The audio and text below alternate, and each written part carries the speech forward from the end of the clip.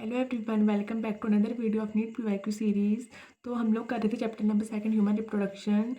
तो स्टार्ट करते हैं। सो फर्स्ट क्वेश्चन है, गैमेटोजेनेसिस टॉपिक है। तो क्वेश्चन है, identify the correct option A B C D with respect to spermatogenesis. 2024 में क्वेश्चन आया था। तो जो स्पर्मेटोजेनेसिस प्रोसेस है उसमें जो अलग अलग मतलब हार्मोन्स वगैरह होते हैं उनकी नेमिंग यहाँ पे हमें ब्लैंक दे रखी है, वो हमें फिल करनी है। तो देखो, GnRH गोनेडोट्रोपिन रिलीजिंग हार्मोन क्या रिलीज करेगा? LH एंड ए। क्या होगा यहाँ पे? FSH, फॉलिकल स्टिमुलेटिंग हार्मोन करता है ना LH एंड FSH। ओके, तो ए क्या है? सबसे पहले FSH है, तो ए पे आएगा FSH। तो देखो, बी और डी ऑप्शन तो एलिमिनेट हो गया, तो ए और सी में FSH। उसके बाद देखो, LH क्या रिलीज करता है? क्या बी ऑप्शन? तो जो बी ऑप्शन है वहाँ पे क्या लिखेंगे हम लोग? Leydig cells. LH क्या रिलीज करता है? Leydig cells. तो देखो, लेडिक सेल्स ए ऑप्शन में, सर्टोली सेल्स सी सेल में। तो हम लोग देखेंगे हमारा ऑप्शन नंबर सी करेक्ट हो गया है। यहाँ पे हम ऑप्शन एलिमिनेशन से भी क्वेश्चन सॉल्व कर सकते हैं आसानी से। अगला क्वेश्चन है, arrange the sequence of different hormones for their role during gametogenesis. बोल रहा है arrange the sequence of different hormones. तो हमें डिफरेंट हार्मोन्स को अरेंज करना है। देखो, अरेंज करने वाले क्वेश्चन हमें काफ़ी ध्यान से करने होते हैं। इनको हम ABCDE 5 ऑप्शन है, इनको गैमेटोजेनेसिस के प्रोसेस में जो इनका रोल होता है उसके हिसाब से इनको हमें क्या करना है? अरेंज करना है अच्छे से। तो देखो क्या बोल रहा है, gonadotropin LH stimulate synthesis and secretion of androgen. अगला बोल रहा है gonadotropin releasing hormone from hypothalamus. तो सबसे पहले तो यही होगा ना, गोनेडोट्रोपिन किससे रिलीज होगा? हाइपोथैलेमस से रिलीज होगा। तो सबसे पहले बी ऑप्शन कहाँ पे करेक्ट है? देखो, हमें बाकी ऑप्शंस, हमें क्वेश्चन लेंदी है बच्चों, पर हम लोग दिमाग लगा के इसको कर सकते हैं। हमने सारे ऑप्शंस पढ़े और हमने देखा कि हमें एक ऑप्शन से अपना आंसर मिल चुका है, क्योंकि बी सिर्फ कौन सा ऑप्शन में है? सी ऑप्शन में। बाकी सब में ई, सी और डी है, तो ऑप्शन नंबर सी हमारा करेक्ट आंसर हो जाएगा। ठीक है, देखो MR² है, मोस्ट रिपीटेड क्वेश्चन है और 2023 मणिपुर नीट में भी आ चुका है। अगला क्वेश्चन है, given below are two statements regarding oogenesis। तो oogenesis के रिगार्डिंग हमें 2 स्टेटमेंट्स दे रखे हैं। तो देखो, आप लोग देख सकते हो कि MR² है, मोस्ट रिपीटेड क्वेश्चन है बच्चों। तो इंपॉर्टेंट काफ़ी चैप्टर है, मतलब ह्यूमन रिप्रोडक्शन 2023 मणिपुर में ही आ रखा है नीट में। तो स्टेटमेंट 1 बोला, the primary follicles get surrounded by mole layer of granulosa cells theca and shows fluid filled cavity antrum. Now it is called secondary follicle. तो हम लोगों को पता है कि ये इनकरेक्ट है। ठीक है, टर्सरी फॉलिकल और Graafian follicle is characterised by fluid filled cavity called antrum, not a secondary follicle. Okay, तो अगला स्टेटमेंट बोला, Graafian follicle ruptures to release the secondary oocyte from the ovary by the process called ovulation. तो second option correct है। क्या बोल रहा है? Graphical follicle ruptures to release the secondary oocyte from the ovary during ovulation. तो answer क्या होगा? Statement 1 is incorrect but statement 2 is correct. Okay, तो अगला क्वेश्चन है, how much secondary spermatocytes are required to form 400 million spermatozoa. 2022 re NEET में आया है। बोल रहा है कितने सेकेंडरी स्पर्मेटोसाइट हमें रिक्वायर होंगे 400 मिलियन स्पर्मेटोजोआ बनाने के लिए। तो हम लोगों को पता है बच्चों की during spermatogenesis secondary spermatocyte give rise to spermatids को राइज करता है वो। उसके बाद क्या होता है? देन वो डेवलप किस होते हैं? स्पर्मेटोजोआ में।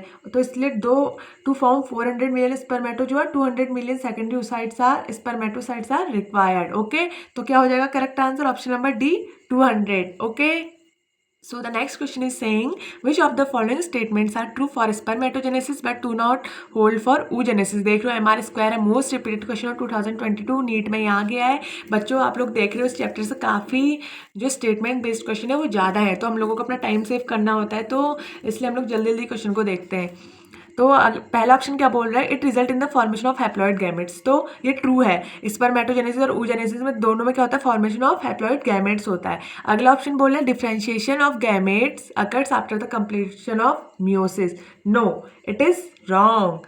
ये सिर्फ स्पर्मेटोजेनेसिस के लिए करेक्ट है, क्योंकि क्या है, जो गैमेटोजेनेसिस वो प्रोसेस है by which diploid precursor cell undergo meiotic division to form haploid gametes. In male, this process is called spermatogenesis and produces spermatozoa.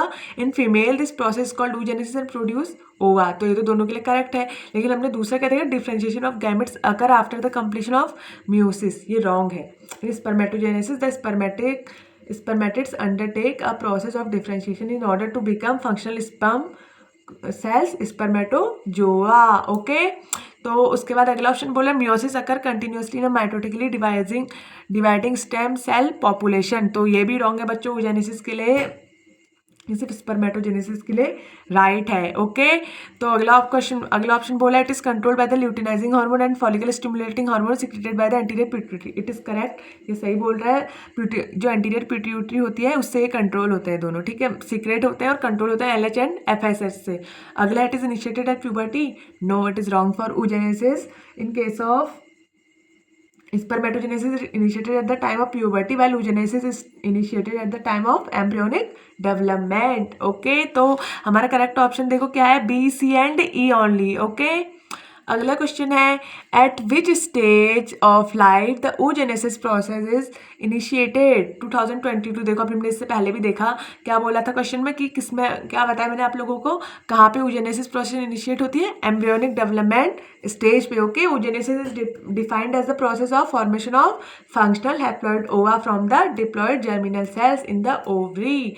The process is initiated during embryonic development. ठीक है, अगला question देखते हैं। देखो again statement based question है, आप लोग देख रहे हो 2022 नीट में आया है। स्टेटमेंट 1 बोल रहा है the release of sperms into the seminiferous tubules is called spermiation.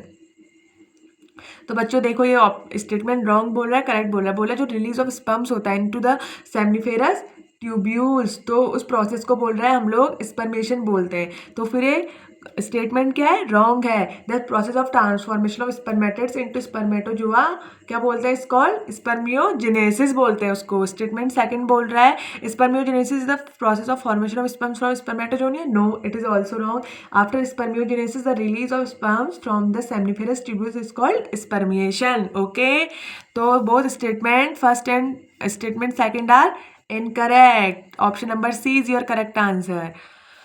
अगला क्वेश्चन हम लोग देखते हैं, बोल रहे हैं meiotic divisions of the secondary oocyte is completed at the, कौन से टाइम पे कंप्लीट होता है, 2020 नीट में आ चुका है। तो हम लोगों को पता है वो कब कंप्लीट होता है, at the time of fusion of a sperm with an ovum. Meiotic division of secondary oocyte is completed after the entry of sperm in secondary oocyte which lead to the formation of large ovum and the tiny second polar body. Okay बच्चों, तो क्या हो जाएगा, option number C हमारा correct answer हो जाएगा। अगला question है select the correct option of haploid cells from the following groups MR²। Most repeated question है बच्चों, 2020 कोविड में आ चुका है। बोल रहा है जो करेक्ट ऑप्शन क्या है हैप्लॉइड सेल्स का फ्रॉम द फॉलोइंग ग्रुप्स। तो हम लोगों को पता है इसमें से क्या होगा, देखो हम लोग ऑप्शंस देखते हैं। Secondary spermatocyte, first polar body, ovum. तो हम लोगों को पता है ये हमारा, देखो हमें बाकी ऑप्शंस पे जाने की जरूरत ही नहीं, हमें फर्स्ट ऑप्शन ही सबसे करेक्ट मिल चुका है। Secondary spermatocyte, first polar body, ovum, all 3 are haploid cells. Okay, तो option number A is correct answer. Another question is saying extrusion of second polar body from egg nucleus occurs. तो देखो बोला कि जो extrusion होता है second polar body का from egg nucleus occur होता है, वो 2019 नीट में आया है।